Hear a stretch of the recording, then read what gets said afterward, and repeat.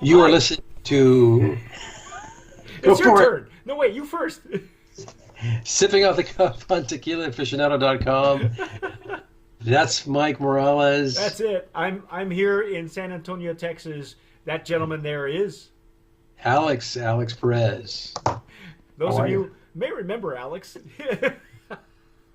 It's been a while.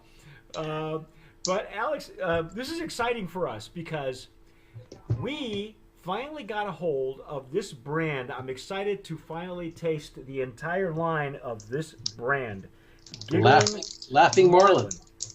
No, Giggling Marlin. Giggling Marlin. Now, the story goes like this. In Nice what is it, pipe.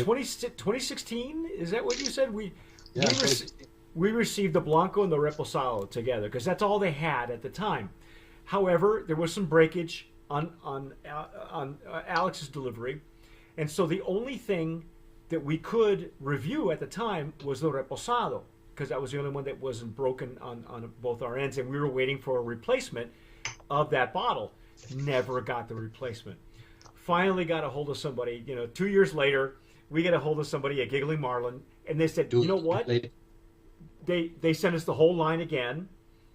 And the cool part is, back then they didn't have an añejo or an extra añejo. So I'm really excited now because we loved the Reposado. We nominated it for a Brand of Promise. It never competed in that year because it just wasn't fair. We were waiting and waiting and waiting for the replacement bottle. Never happened. So starting from scratch, we're going to start with the Blanco and then go directly to the añejo and extra añejo. Didn't we nominate this for Brand of Promise just for packaging? I think we did. Because I think we did. I think that should stand. I think it needs to. This is a nice foil label. If you guys are familiar with the name, if it rings a bell, if you've ever been on a cruise to Cabo San Lucas, you may have heard of the Giggling Marlin. And Yeah, Giggling we actually nominated for both Brand of Promise and for packaging. and packaging, yeah. But I don't think I think at that year we just it wasn't it just didn't seem fair, because we were waiting for the for the replacement bottle. But anyway, Giggling Marlin. Giggling Marlin. For those of you who have been in Cabo, it's catty corner from Cabo Wabo, and its claim to fame. If you look at the logo here, see how they're hanging a guy upside down on those big marlin scales. That when you go marlin fishing, which is what Cabo is known for, and you bring a prize in, they hang you upside down and they take your picture and they weigh you. Basically, that's a weight of some sort.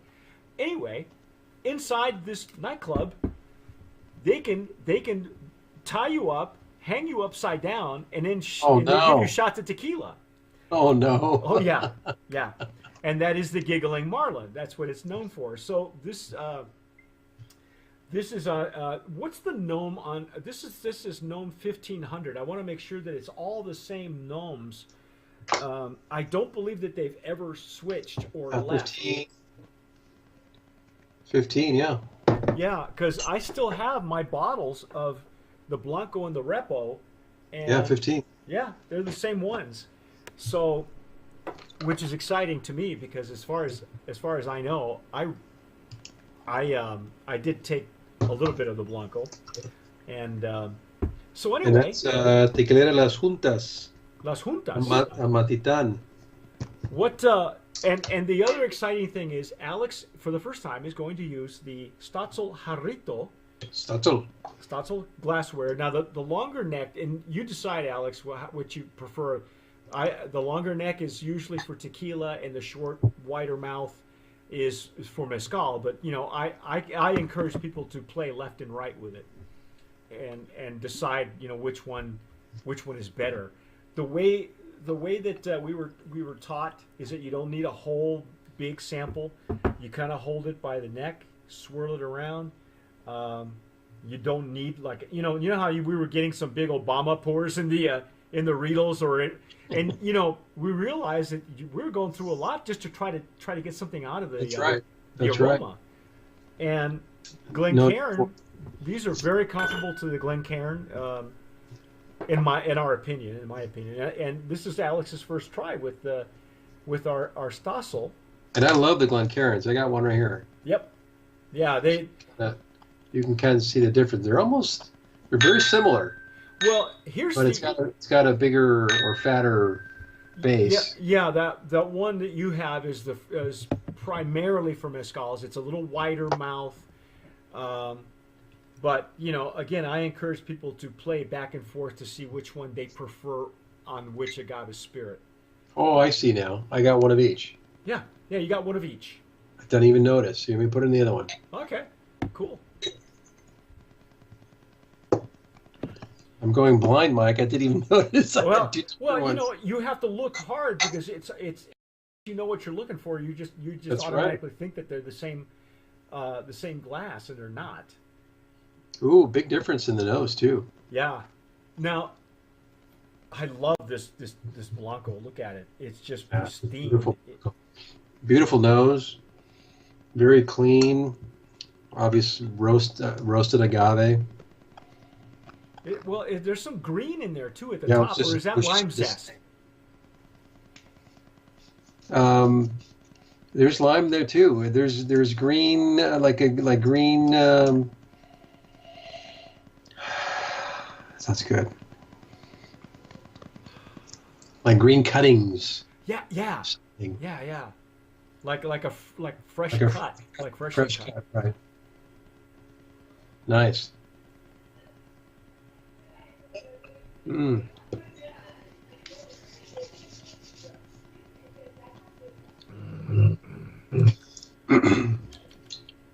Wow.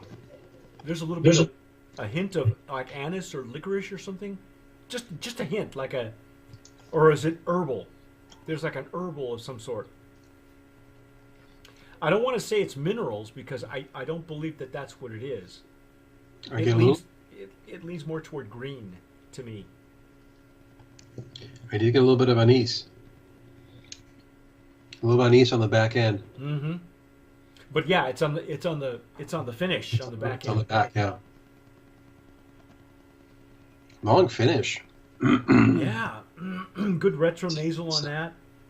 It's a little spicy. It kind of on the entry, it's a little bit sweet, but then it kind of explodes. It pops at mid palate. Yes. Very nice. Very clean. It's a little dry too. Yeah. Not brainy. No. No. It's not briny or salty or anything like that. It's got a dry finish to it. This is a really good. This is a, I know that they try to, the image that they try to portray is that it's a fun tequila, and those anybody who's been to the club itself understands the joint, but they have this is a serious tequila. Yeah, it's serious Blanco. There's nothing giggling about it. No, this is serious stuff, gentlemen and ladies. Yeah. Hecho en Mexico, known 1500. And what distillery did you say that was again? So 1500. So I tried to look it up and I couldn't open up a page, but it is Tequilera Las Juntas, and it's from Matitan. Ah, that explains it. Wow. Yeah. Yeah, it is. This is, and it's bright. It's not heavy. There's everything. No. There's a lot of action going on in your mouth, which leads me to believe that it would be great in cocktails. I've never really been to that nightclub when it's open. When we go in there, there's nobody there. It's during the day. If you go on a cruise ship, you're not there at night. You're there during the afternoon, right, where maybe the staff is in, but not much is happening. So, and this was such a long time ago for me. I don't even know how they serve it. I'd imagine they serve it in a margarita. I'm sure you could probably get a branded margarita that says Giggling Marlin. and I'm not even sure, Alex, since there was no information that was sent to us, I'm not sure who the owners are, if they are related to the restaurant, if it's just a licensing agreement. You know, maybe they're two separate things. I don't know. I have no idea. Good question. Yeah. But I love the look. Nice. I love the foil label. I love the foil. You know what it reminds me of? It reminds me of the old Espolon foil. Yeah. Yep. Absolutely. Isn't it? Kind of the same kind of antique-y looking color. Yeah, and there's very few of these left. Last year we had a chance to taste Distinguido, which also comes in a foil label. It's really they're like the last bastion of foil labels. And I remember when when you brought something with a foil label, you almost guaranteed that it came from Mexico. Now now it's not very common at all. And I can tell you that having done it, I did off camera, I did a side by side. The juice has not changed at all. This is the same Awesome. same quality stuff that they started with. How do you Very like the good. jarrito? How do you like it? How do you like I like using the glasses? jarrito. I like the jarrito. I've got to get used to holding it up here Yeah. versus the little knob down here. Well, every once in a while, I'll hold it like this too, and I think that it doesn't, unless you hold it, like that, you're not really in danger of heating the liquid, as you would if you held it like that. But as a drinking vessel, I think if you were to use it away from tasting, and just as enjoyment. I think there's nothing wrong with getting a little bit more intimate with your glassware, Yes. It is a fine drinking vessel. Well, it's archaeologically and historically more accurate than for agave spirits when it comes looking like this. And I love the name. I love how they named it the jarrito. Oh, neighbor here. It's Laurel and Hardy. Yeah. Slim and Pickens. Abbott and Costello. Yeah. No, they're very elegant glasses, Mike. Do you like them? They're elegant. They're elegant, yes.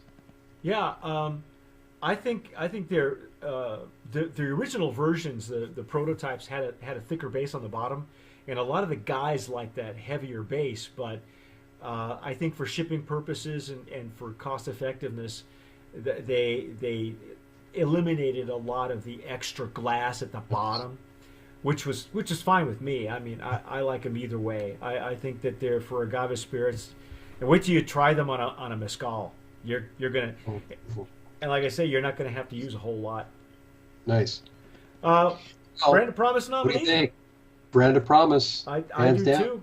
I think this is it's an amazing tequila. Really, nothing giggling about it. It is a fine sipper. Obviously, it'll stand up to anything, tropical juices or any kind of cocktails that you might, or even a Paloma for that matter. It's got citrus in there. Yeah, The citrus notes in there, which is great. Awesome. I think so. I think that's our take on Giggling Marlin Blanco. Stick with us though, because we're gonna venture into the categories, the expressions it didn't have in a couple of years ago. So. That's our take on Giggling Marlin. I'm Mike Morales here in San Antonio. That man I'm over there Alex is Alex Perez in Southern California. You're watching Sipping Off the Cuff on Tequila Aficionado Media. Oh yeah, subscribe and tell us what you think. Tell us if you've tasted this before, if you're tasting it now. Good stuff. Get yourself a little more of Giggling Marlin. Thanks for watching, and as always, sip wisely. I'm Mike Morales. I'm CEO of Tequila Aficionado Media, and I just wanted to thank you for watching Sipping Off the Cuff. We love doing these reviews for you. Now, if you're an Agave Spirits brand owner and you're watching this, there are 3 things that I'd like to talk to you about. Number 1, if you'd like us to review your Agave Spirit on Sipping Off the Cuff, just send me an email, mike@tequilaaficionado.com. It won't cost you a dime, and I promise you'll get an honest review. Number 2, if your brand has been nominated, past or present, as a brand of promise, we can help you promote your brand effectively and affordably over on the tequila PR side of things. Just email me, mike@tequilapr.com.